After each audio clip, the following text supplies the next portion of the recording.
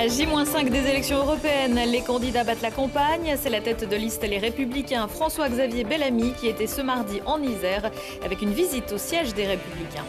Les goûts et les couleurs, ça s'apprend dès le plus jeune âge. Belle surprise pour les pensionnaires de la crèche de Cessin qui ont eu droit à un repas concocté par le chef Stéphane Froidevaux. Et puis l'épicerie solidaire Épisole poursuit son petit bonhomme de chemin dans la métropole. Grâce à la mobile, elle propose désormais ses produits aux tarifs adaptés sur les marchés Mistral et Pont-de-Clé. Bonsoir à tous, ravi de vous retrouver dans ce JT du mardi 21 mai 2019. Toutes les heures à partir de 18h, l'essentiel de l'actualité du Grand Grenoble en moins de 10 minutes. Même si la neige blanchit encore quelques sommets, les grands cols des Alpes sont en passe d'être tous rouverts. Le Galibier au-dessus du Lautaret sera le dernier et devrait fermer le banc le 24 mai. En attendant, on voit sur ces images impressionnantes les services du département de l'Isère à pied d'œuvre. C'était il y a quelques jours pour ouvrir le passage au col de la Croix de Fer. Un mur de glace et de neige, ça ne vous rappelle pas quelque chose ? Ça passe ou ça casse, c'est peut-être ce que sont en train de se dire un certain nombre de candidats aux prochaines élections européennes qui auront lieu, je vous le rappelle, dimanche. 34 listes sont inscrites, dont celle menée pour les Républicains par François-Xavier Bellamy, philosophe et normalien de 33 ans, ancré plutôt du côté de la droite traditionnaliste. En compagnie de l'ancien ministre aux Armées, le centriste Hervé Morin, le leader de la liste Les Républicains a d'abord été accueilli par les militants isérois réunis au siège départemental du parti, place Paul Vallier à Grenoble, au nombre desquels les deux iséroises qui figurent sur sa liste, Sandrine Schex et Nathalie Béranger. Effectivement, dans cette dernière ligne droite de la campagne, c'était important pour nous d'être ici, à Grenoble, avec Hervé Morin, avec mes colistiers, Sandrine, Nathalie, pour pouvoir parler des enjeux locaux et puis bien sûr parler d'Europe parce que nous avons besoin de ce débat européen. Nous sommes convaincus que ce débat ne peut pas se résumer à l'affrontement absurde entre populistes et progressistes qui n'offrent aucune alternative. Et le vrai défi pour nous, c'est d'apporter aux Français une alternative crédible pour construire cette Europe dont nous avons besoin, pour nous renforcer dans la mondialisation, pour mettre fin à la crise écologique, pour pouvoir aussi consolider nos frontières face aux défis migratoires. Ce sont sur tous ces sujets concrets que l'Europe est attendue.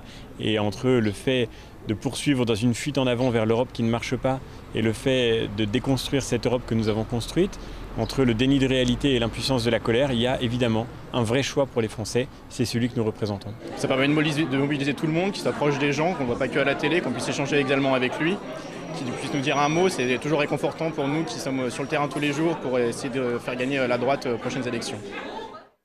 François-Xavier Bellamy s'est ensuite rendu à Bernin pour une visite de l'entreprise Soitec avant de rejoindre Villeurbanne pour un meeting dans la soirée avec Laurent Wauquiez.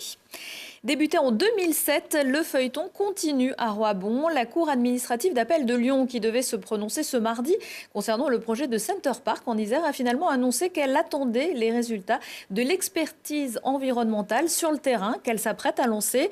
Un hydrogéologue, un géomètre et ou un naturaliste se rendront dans les Champs-Barons pour déterminer la superficie des zones humides détruites ou altérées par le projet du groupe Pierre et Vacances et la superficie que le groupe prévoit de réaménager au titre des mesures compensatoires. Le maire de Grenoble s'est finalement exprimé après que des femmes musulmanes soutenues par l'association Alliance Citoyenne se soient baignées à la piscine des Dauphins en maillot couvrant vendredi dernier, ce qui est contraire au règlement intérieur des piscines de Grenoble, mais aussi presque partout en France. Elle voulait dénoncer selon elle une mesure discriminante. Pour d'autres, il s'agit de tenir à distance les signes religieux, une affaire très commentée sur les réseaux sociaux. Pour Éric Piolle, les risques d'un dialogue serein ne sont pas réunis. Il ajoute que dans ce contexte d'élection, il s'agit de tout faire pour éviter la montée des extrêmes, mais ne précise pas en quoi consiste ce tout. Cet après-midi, l'une des femmes qui s'était rendue à la piscine a porté plainte, estimant être diffamée. La ville de Grenoble se dote d'une 17e adjointe. Salima Djidel a été élue lundi à l'issue d'un conseil municipal extraordinaire.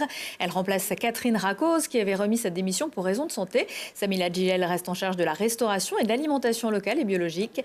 Un travail qui a permis à Grenoble d'obtenir en 2018 le prix de la cantine rebelle de l'association 1+ Bio. Et il n'y a pas que Grenoble qui se distingue en matière de menus proposés aux enfants. À Cessin, on a mis les petits plats dans les grands pour les enfants de la crèche municipale en invitant lundi le chef du restaurant gastronomique grenoblois, Le Fontaine-Latour. Stéphane Froidevaux, papa de 3 enfants, s'est prêté avec bonheur à l'exercice et Julie Ségala a pris des notes. À la crèche de Cessin, on s'active en cuisine. Derrière les fourneaux, Stéphane Froidevaux mitonne ses bons petits plats pour des gourmets en culotte courte. Au menu, ce jour-là, le chef du Fantin-Latour proposait un blanc manger avec un fromage de chèvre, accompagné d'une gelée de lavande ramassée juste au niveau de la grave. Après, en plat, on a fait un dos de saumon avec une sauce coquelicot, un beurre coquelicot. On a mis quelques petites carottes fanes, brocoli et un boulgour agrémenté de sarriette, de thym de leur jardin à eux. Et puis sur le dessert, on fait une panna cotta parfumée à l'acacia.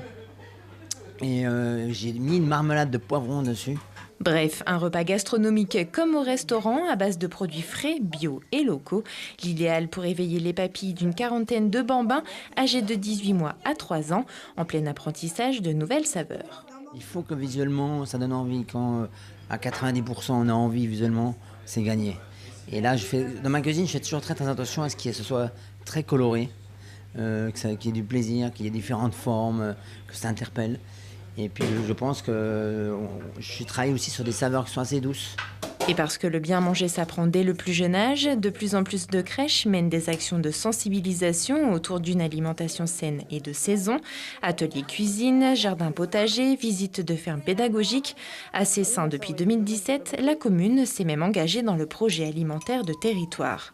Il essaye de mettre en synergie l'ensemble des acteurs qui sont capables d'alimenter et de fournir une assiette. Ça passe par nos cuisinières, évidemment, et ça passe par tous les éducateurs et tous ceux qui font l'animation gustative, écologique, en direction du client final, les enfants et les plus jeunes qui eux-mêmes apprennent à se nourrir mieux en tenant compte et en découvrant également le paysage. Au terme du repas, mission quasi accomplie pour le chef. La plupart des assiettes sont vides, les petits estomacs bien remplis. Quant à l'équipe pédagogique, elle réfléchit déjà à de nouveaux menus. Et parce qu'il serait dommage d'en rester là, Stéphane Froidevaux a prévu d'emmener pour une sortie cueillette en montagne les 2 cuisinières de la crèche pour qu'elles puissent elles aussi en faire profiter leurs jeunes hôtes. Que pour tout le monde, quel que soit son budget, puisse se nourrir en bons produits frais, locaux. C'est aussi l'objectif de l'épicerie solidaire Épisole. Depuis sa création en 2014 dans le quartier de la Capuche à Grenoble, elle en a fait du chemin dans l'agglomération grâce à la mobile. Présentation avec Lilian Veillé. Si vous ne pouvez pas vous déplacer à Épisole, c'est Épisole qui vient à vous.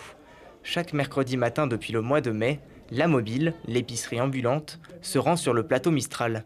Un quartier où tous les commerces sont fermés. Les habitants doivent donc se tourner vers le marché, mais pour compléter leurs courses, Épisole se déplace, avec pour philosophie rendre accessible à tous une large gamme de produits déjà disponibles au magasin de la rue Général Ferrier.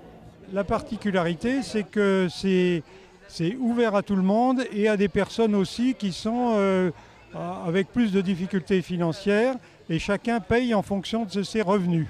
On veut aussi favoriser une nourriture saine et équilibrée et on sait que c'est d'autant plus difficile que les personnes ont des budgets plus serrés.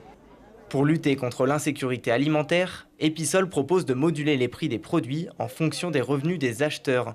Légumes, conserves et autres essentiels comme le beurre ou les œufs sont vendus au camion. Certains acceptent de payer le prix fort pour que d'autres qui ont peu de ressources financières puissent bénéficier de réductions. Ils emmènent le quotient familial ou le dernier avis d'imposition et ils adhèrent à l'association en payant une somme de 5 € pour l'année. Et en fait, les tarifs s'adaptent. En caisse, ils passent simplement avec leur petite carte et les tarifs s'adaptent. Fadela, habitante du quartier et mère de 6 enfants, bénéficie de 20 à 30% de remise. Je trouvais que c'était intéressant et j'ai pris quelques courses, voilà. On trouve de tout, même des pois chiches bio, voilà. Voilà, des dattes pour le ramadan, c'était intéressant, voilà. Il y a de tout. Après Mistral, le camion d'Épisole se rend aussi à Pont-de-Claix le mercredi après-midi. Le quartier Saint-Laurent à Grenoble et Saint-Martin-d'Air sont également pressentis pour accueillir la mobile. Objectif, desservir 6 places grenobloises avant la fin de l'année.